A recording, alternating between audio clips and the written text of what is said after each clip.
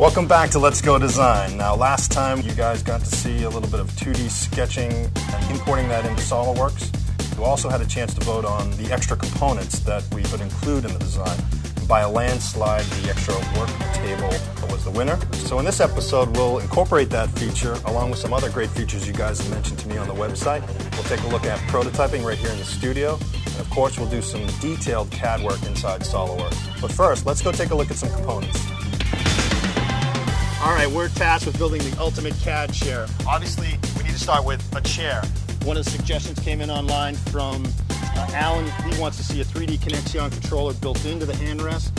Also heard from Warren, he wants a sound system. He's going to get sound. We're obviously going to have to address how many displays we have in the system. But when it comes to the keyboard, we want that to float over us. We'll have a modular wall system to build around the chair, and that should be pretty simple to do in SOLIDWORKS.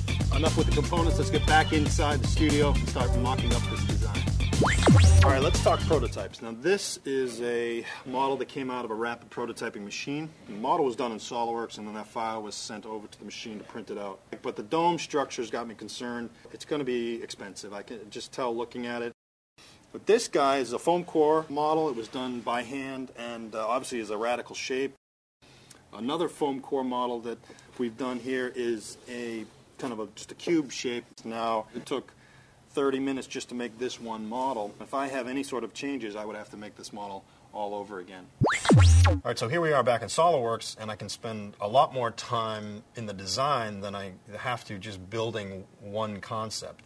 So I have an idea that might actually work to everyone's benefit here. Completely different tree system to hold the chair off to the side, hold the monitors off to the side, hold the keyboard, and have all these really neat features that people have been mentioning that they want.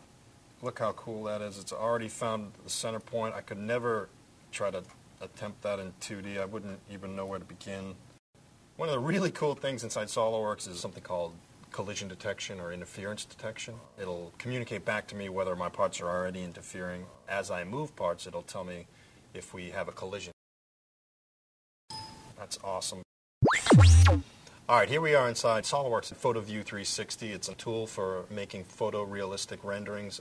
This tool is really, really powerful. I mean, it renders in real time. It takes advantage of all my processors. There was a comment made by Matthias that he said he wanted this whole design to be stealthy. One of the great benefits of having these types of softwares is I don't have to make any decisions right now, but we can get a lot closer to a finished product without spending a lot of money building prototypes.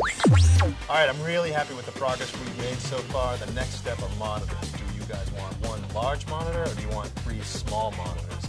It's up to you guys to decide. Time to vote. Next time around, we're going to talk about analysis. We're going to use SOLIDWORKS simulation. We're also going to jump out into the fabrication shop and start building this project for real. In the meantime, please continue to vote and keep your comments coming.